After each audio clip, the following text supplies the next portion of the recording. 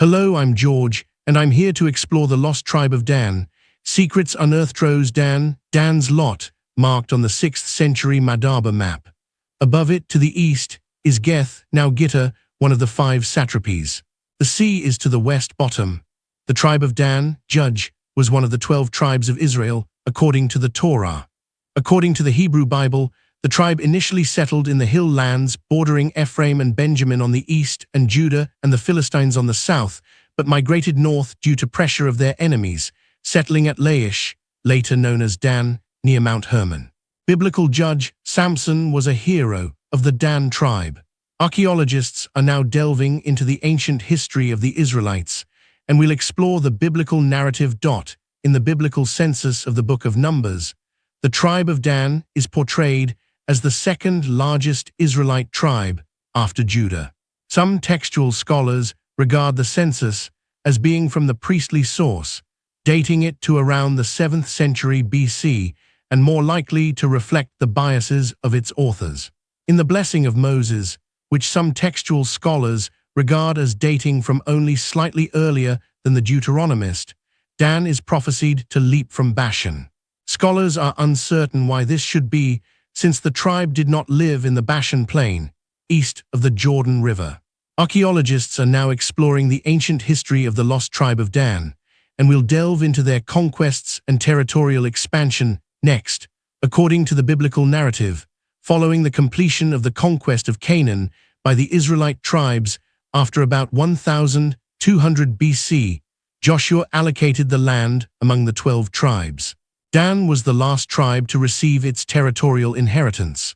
The land originally allocated to Dan was a small enclave in the central coastal area of Canaan, between Judah, Benjamin, Ephraim, and the Philistines.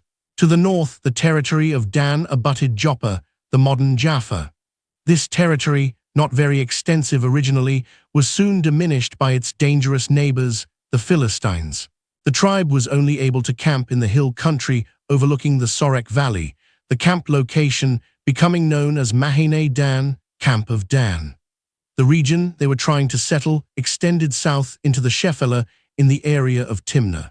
As a result, the modern state of Israel refers to the region as Gush Dan, the Dan area.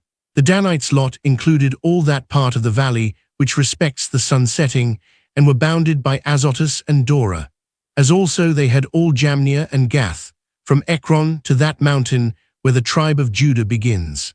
From after the conquest of the land by Joshua until the formation of the first united kingdom of Israel in c. 1050 BC, the tribe of Dan was a part of a loose confederation of Israelite tribes. No central government existed, and in times of crisis, the people were led by ad hoc leaders known as judges. The most celebrated Danite was Samson, a Danite judge from the period of settlement in the lands allotted by Joshua. Penina Galpazfella sees similarities between the story of Samson and Denian tribal legends.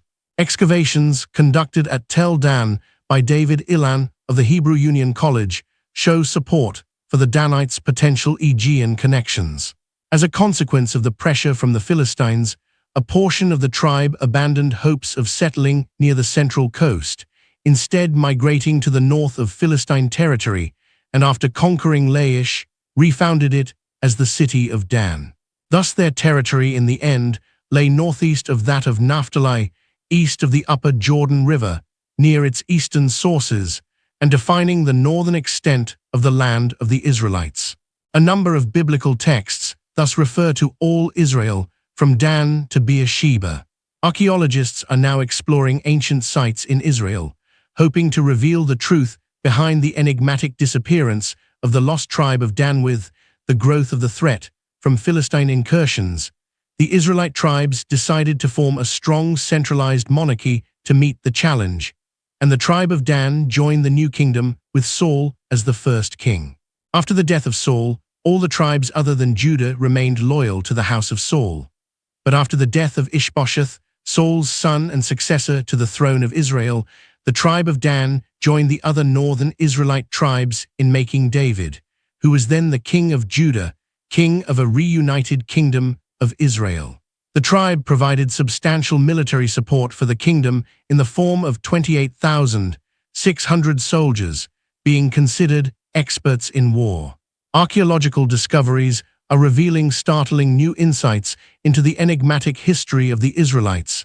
However, on the accession of Rehoboam, David's grandson, in c. 930 BC, the northern tribes split from the house of David to reform a kingdom of Israel as the Northern Kingdom. Archaeologists are now delving into the devastating impact of the Assyrian conquest and demise as part of the Kingdom of Israel. The territory of Dan was conquered by the Assyrians, and many in the tribe were exiled. The manner of their exile led to their further history being lost.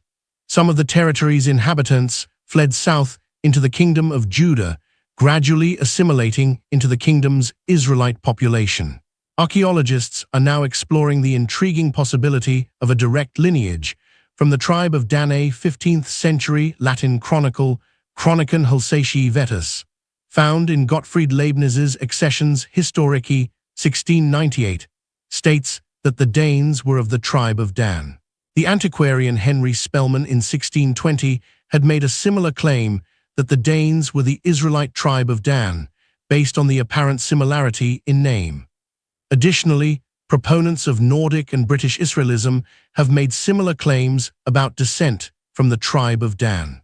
British Israelite authors such as John Cox Gawler and J. H. Allen identified the tribe of Dan with Denmark, while another prominent British Israelite author, Edward Hine, took the view that the tribe of Dan had colonized Denmark and Ulster in Ireland.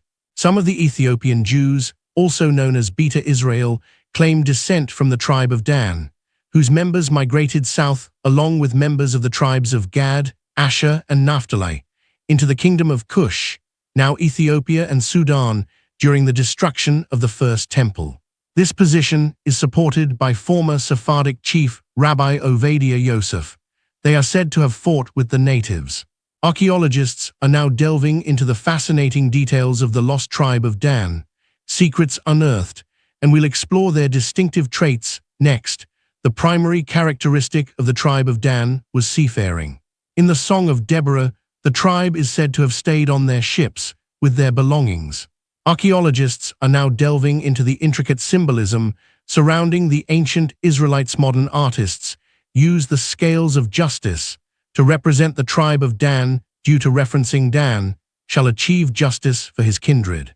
More traditional artists use a snake to represent Dan, based upon Genesis 49:17. Let Dan be a serpent by the roadside, a horned viper by the path, that bites the horse's heel, so that the rider tumbles backward. Revelation 7:4-8 prophesies that people from the 12 tribes of Israel will be marked on the forehead with the seal of God. The list does not mention the tribe of Dan, although it was included among the 12 tribes described as having settled in the Promised Land in the book of Joshua. It has been suggested by some biblical scholars that this omission could be a punishment for pagan practices conducted by the tribe. This led Irenaeus, Hippolytus of Rome, and some millennialists to propose that the Antichrist will come from the tribe of Dan. Archaeological evidence suggests a previously unknown group may have been the lost tribe of Dan, revealing surprising secrets.